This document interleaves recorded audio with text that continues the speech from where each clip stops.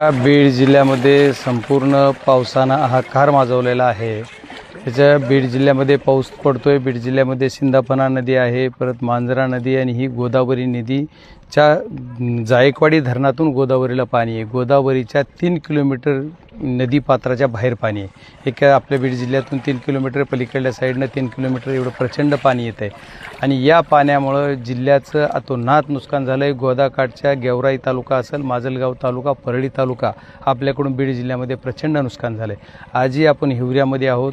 माजलगाव तालुक्यातील या हिवऱ्यामध्ये गावात जाता येत नाही, सर्व संपर्क तुटलेले आहेत। जवळपास 10-12 गावं अशी आहेत की ज्या गावाचा पूर्ण संपर्क तुटला आहे। होडीने यावं लागते, कुठल्या बैलगाडी ट्रॅक्टरमध्ये कसं जरी गेलं किंवा पोहोच जाणारे लोक आहेत।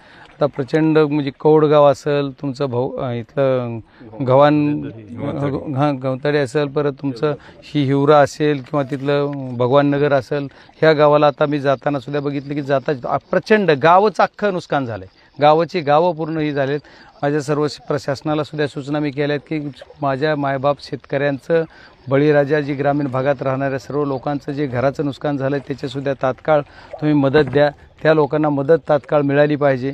परत शेताच्या बाबतीत जर पिकाच्या बाबतीत विचार केला तर जे शेतामध्ये पीक आहे, ऊस असेल, कपाशी असेल, सोयाबीन असेल, जे काय असेल त्या पिकाचं सरसकट नुकसान आता शासन देणार आहे किंवा दिलं पाहिजे, देईल पण। म्हणजे त्याच्यानंतर जे की आपलं तुमचं हे आहे म्हणजे शेत वाहून गेले, कुठं लाईट तुटली किंवा शेत खरडून गेले, कट झाले तुमच्या घेऊन, त्याच्यात गाळ गोटे बसलेत, वाळू बसली, असे जे प्रकार झाले ते याला सुद्धा वेगळी अनुदान दिलं पाहिजे, वेगळी मदत दिली पाहिजे। शासनाने द्यायचं कबूल केलेलं आहे। पालकमंत्र्यांनी सुद्धा आमच्या मीटिंगमध्ये सांगितलेलं की आम्ही अशा पद्धतीचे सुद्धा जी काय असतील ते पंचनामे करून त्यांना देऊ। पण आज आपल्यावर प्राथमिक काय जिम्मेदारी होती तर याच्यात अडकलेले लोक बाहेर काढणे।